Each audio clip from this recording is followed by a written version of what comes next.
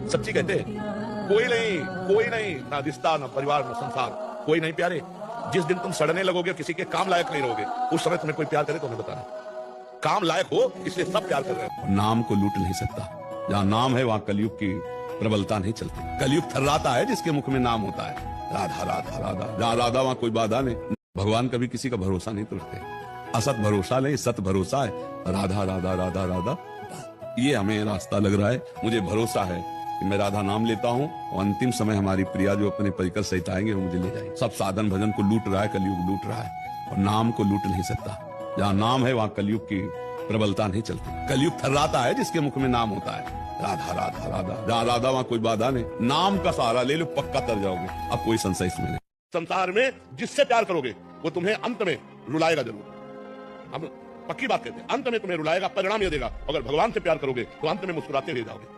तुम्हारा अंत बहुत अच्छा होगा। माना आज तुम भगवान से जुड़े हो तो तुम दुखी हो, कब तक? जब तक तुम्हारा पूर्व पाप है, और जिस दिन वो नष्ट हुआ उसी दिन तुम आनंदित हो जाओगे। भगवान से जुड़ जाओ। बड़े महापुरुष के तुम अंश हो, बंदे महापुरुष थे चरणारविंदम, भगवान के अंश हो।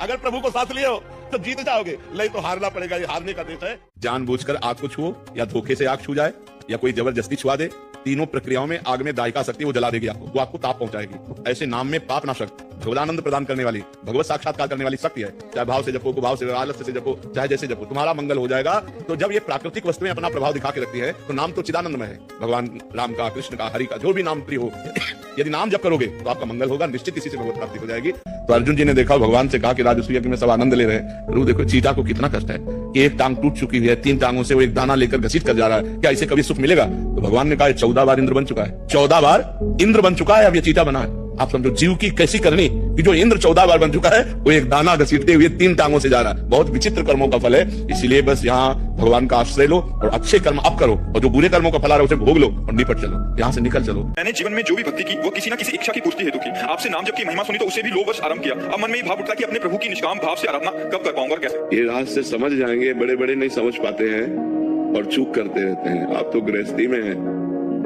बड़े बड़े साधकों से भी चूक हो जाती है।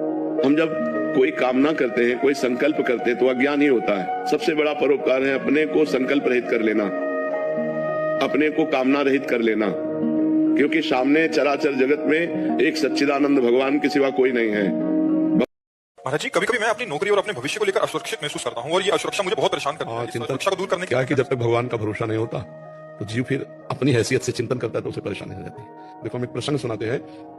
भीष्म पितामह जिस समय सेनापति बने, दुर्योधन के कौरव पक्ष के सेनापति, तो रोज 10,000 महारथी मारते थे। 10,000 महारथी भीष्म जी, महान धनुर्धर, लेकिन एक भी पांडव को खरोच नहीं आती।